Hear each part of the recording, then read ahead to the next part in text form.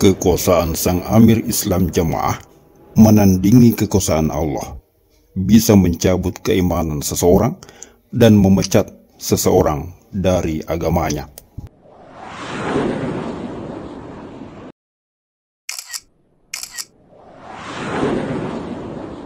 Sahabat Heril Anas TV, ada sebuah anggapan yang menyebutkan bahwa semua mantan pengikut Islam Jamaah adalah korban pecatan Sang Amir atau Imam Besar LDII, Lembaga Dakwah Islam Indonesia. Sesungguhnya anggapan itu keliru, karena kebanyakan dari mereka yang memilih keluar sendiri, hijrah dengan kesadaran sendiri.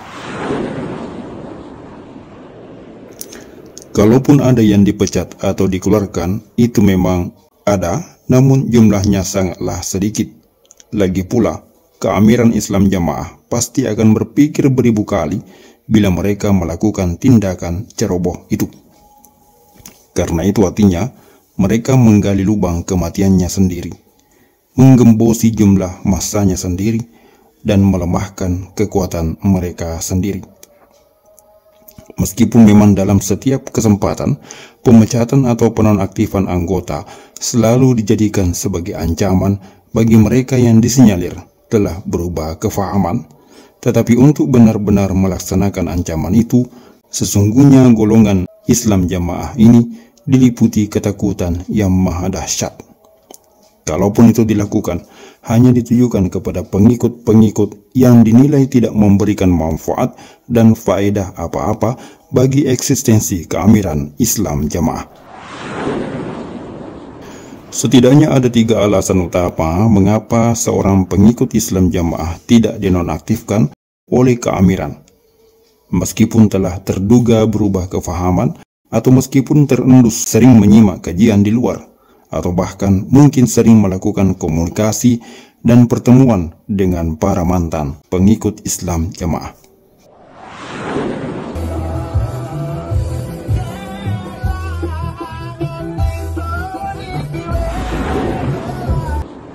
Pertama, karena jamaah yang bersangkutan itu dinilai mapan dari sisi ekonomi, memiliki kemampuan finansial yang cukup besar, maka jamaah seperti ini akan terus berusaha dipertahankan oleh keamiran semaksimal mungkin.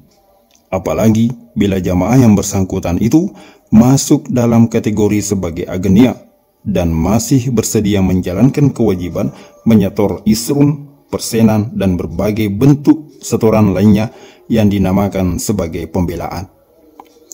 Seorang pengikut Islam Jamaah yang memiliki kedudukan penting dalam sebuah perusahaan besar di kota Makassar sudah beberapa kali melakukan pertemuan dengan tim kru Heril Anas TV, beberapa kali berkunjung ke redaksi Heril Anas TV. Kadang pula beliau yang mengajak Heril Anas TV berjumpa di rumahnya. Namun sulit bagi pengurus dan perwakilan Amir Islam Jamaah untuk memberikan peringatan kepadanya, karena tentu saja keamiran dan jajaran pengurusnya telah memperhitungkan risikonya, sebab salah sedikit justru sikap arogan dan kekepoan mereka yang akan menjadi penyebab jamaah potensialnya ini keluar. Yang kedua, golongan jamaah yang memiliki pengaruh besar di tengah masyarakat umum. Sama dengan kelompok jamaah yang memiliki kemampuan ekonomi, maka keamiran Islam Jamaah juga akan berusaha mempertahankan kelompok pengikutnya yang memiliki pengaruh luas di tengah masyarakat atau di kalangan para pejabat pemerintah. Mereka yang ada dalam golongan ini adalah para tokoh-tokoh masyarakat, kaum akademisi, kaum intelektual, atau pejabat penting dalam pemerintahan baik sipil maupun militer.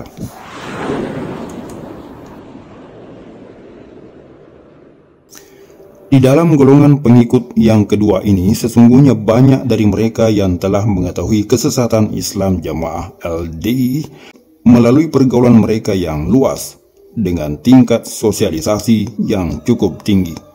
Maka mustahil bagi mereka bila tidak mengetahui apa yang sesungguhnya terjadi di dalam kalangan Islam Jamaah. Namun, keamiran dan jajarannya terus berusaha memberikan perhatian khusus kepada kelompok pengikutnya yang satu ini agar tidak keluar dan meninggalkan kelompok Islam Jamaah. Lagi-lagi di kota Makassar, seorang pengikut Islam Jamaah yang tercatat sebagai personil Densus 88 Mabes Polri, sangat mustahil bila sang pengikut Islam Jamaah ini tidak mengetahui situasi yang sesungguhnya sedang terjadi di dalam Islam Jamaah. Bahkan sangat boleh personil Densus ini memilih tetap bertahan di dalam kelompok ini karena ingin meneliti lebih jauh penyimpangan yang terjadi. Sementara di lain pihak, jajaran pengurus dan perwakilan keamiran daerah Makassar harus berpikir beribu kali bila ingin menonaktifkannya. Maka, laksana buah si malakama dipertahankan di dalam, risikonya besar. Dinonaktifkan, maka risikonya jauh lebih besar. Salah sedikit akan menjadi bumerang bagi keberlangsungan keamiran Islam Jamaah. Sesuatu yang nggak bisa dipisahin.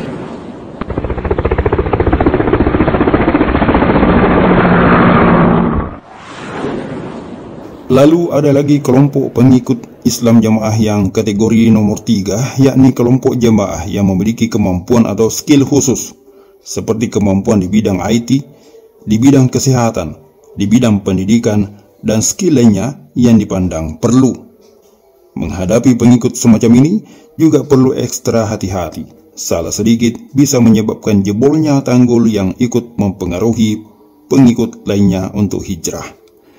Maka ancaman penonaktifan bagi jemaah yang terduga telah berubah pemahaman itu hanya sekedar siasat untuk menakut-nakuti pengikut-pengikutnya yang unyu-unyu yang tidak termasuk dalam 3 kategori di atas.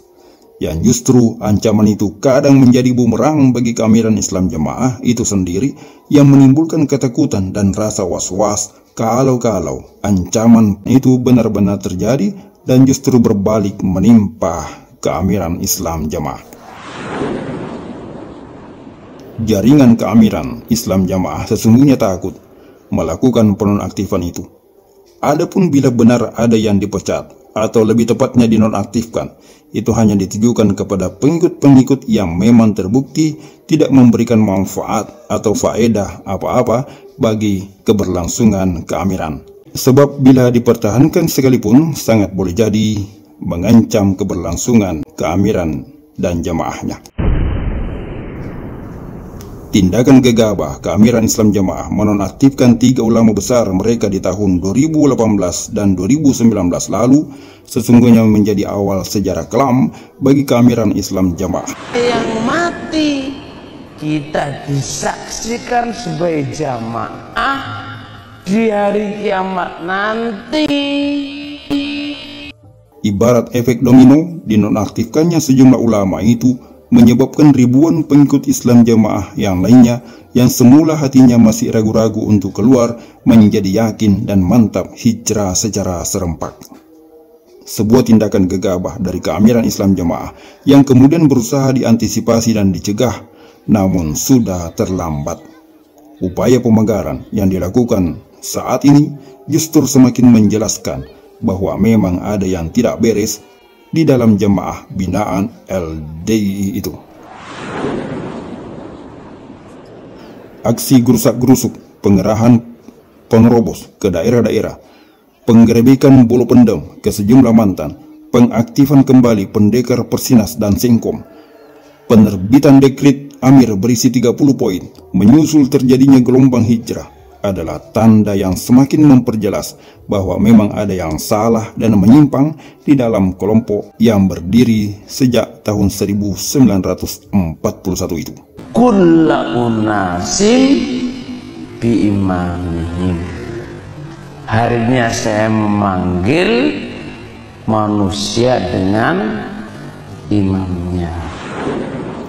Dan hal itu justru semakin memperbesar gelombang hijrah yang efek dominonya masih terjadi terus dan terus setiap saat hingga saat ini. Satu persatu orang-orang yang memiliki kemapanan ekonomi dari kalangan agnia, Komju Komuniun, LDII Islam Jamaah ini hijrah, disusul pula dengan kalangan akademisi, kalangan intelektual, dan orang-orang yang berpengaruh. Seakan tidak mau kalah, mereka pun hijrah dengan kesadaran sendiri. Memasuki awal tahun 2023 ini tercatat sejumlah pembesar keamiran Islam Jamaah dengan terus terang menyatakan diri hijrah dengan kesadarannya sendiri. Seorang pengusaha rumah makan di Papua, Edi Saifuddin, membenarkan bahwa kebanyakan pengikut Islam Jamaah hijrah dengan kesadarannya sendiri, terutama setelah mereka melek dan mencermati situasi yang ada, didukung dengan kemudahan akses informasi yang saat ini semakin terbuka lebar. Saya itu tahun 2020 ya, itu internet mulai lancar di kota kami. Jadi sering-sering buka YouTube maupun media sosial. Sehingga saya bisa berpikir bahwa ini ada sesuatu yang salah begitu. Kemudian saya untuk membuka YouTube. Sedikit-sedikit buka YouTube mencari keilmuan. Dari situ kemudian saya ketemu ini videonya Bapak Mauludin Akhyar itu, Wakil 4. Nah, sedangkan beliau itu banyak videonya yang paling saya ini adalah yang menerangkan tentang dalil la islama ila bil jamaah wal jamaah ila bil imarah wala imarata ila bil to'ah. Nah, keterangan di dalam dalil itu kan hadisnya hadis Ad-Darimi yang menurut beliau itu sanadnya di Jokam tidak ada. Berarti ini sudah penipuan. Dalam pekan ini, sejumlah mubalik dan pengurus keamiran Islam Jamaah kembali hijrah secara serempak. Di antaranya Wakil Imam Daerah Cilacap Barat yang mengaku keluar dengan sendirinya bukan karena dipecat atau dinonaktifkan. Yang lainnya saya ini terhitung sangat terlambat karena baru terhitung sekitar 15 hari lah, setengah bulan kurang lebih. Walaupun sebenarnya di dalam hati saya untuk keyakinan itu mungkin sudah agak lama, terutama keyakinan bahwa muslim yang lain selain anggota Cokam itu di dalam hati saya tetap mereka adalah seorang muslim, yang artinya mereka itu sama-sama mempunyai kedudukan sebagai orang Islam. Seandainya saya sholat di belakang mereka pun ya sah-sah saja.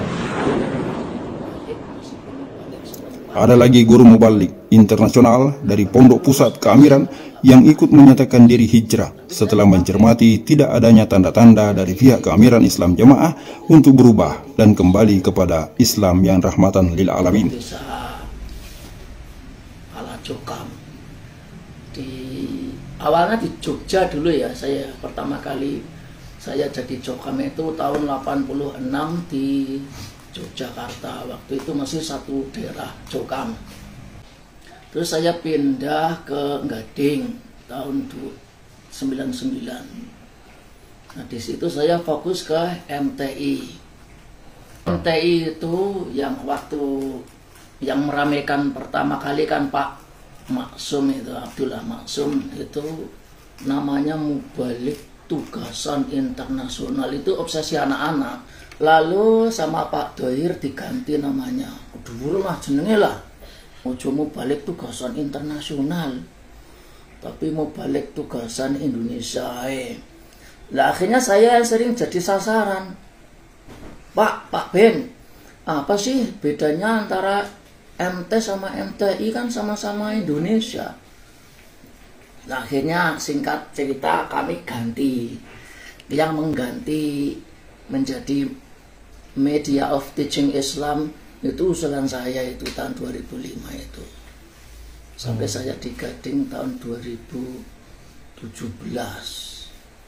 Waktu itu sudah mulai ada konflik lah saya sama orang-orang pusat. Karena sering nggak ilmiah sih. Itu saya konflik sama itu Pak Fitri gitu ya. Katanya Bank Indonesia tidak riba. Ya semuanya sekarang sistemnya riba kok. Akhirnya engkel-engkelan. Habis engkel-engkelan ya sudah Pak lah. Ya kalau sudah kayak gini nggak bisa, nggak sampai ada titik temu. Ya kita sepakat beda, tapi karena urusan ini kita jangan sampai nggak rukun, saya bilang kayak gitu. Kesimpulannya bahwa memang benar keamiran Islam Jamaah seringkali mengancam para pengikutnya, menakut-nakuti jemaahnya dengan ancaman akan dipecat, akan dinonaktifkan dari jemaah apabila ada indikasi telah berubah kefahaman yang ditandai dengan tidak loyalnya lagi dengan keamiran, tidak tertib sambung, tidak tertib membayar isrun, berani menyimak kajian-kajian di luar, berani membela para ulama-ulama dan jemaah yang telah keluar, kedapatan sering berkomunikasi dengan para mantan jemaah. Orang halal dibunuh, saudara jemaah, maksudnya dia itu orang kafir. Ya, saya ulangi lagi, orang kafir dia itu. Kalau dia meninggalkan agamanya, yaitu memisahi jamaah. Sebuah ancaman yang aslinya bertujuan untuk menakut-nakuti jemaahnya, yang sesungguhnya berat untuk mereka laksanakan sendiri.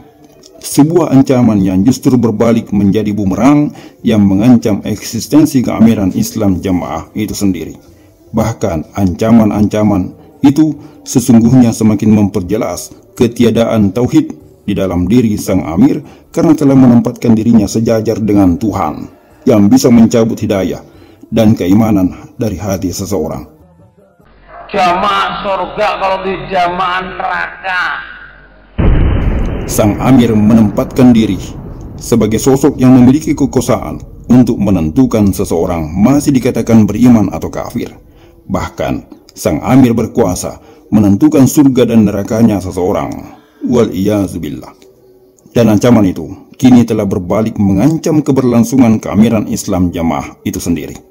Ancaman yang kini membuat repot lingkaran keamiran untuk menangkalnya. Dan semuanya telah terjadi dan akan terus terjadi selama keamiran Islam Jamaah masih terus berusaha mempertahankan ajaran dan amalannya, serta akidahnya yang jelas-jelas menyimpang dan menyelisihi ajaran Islam.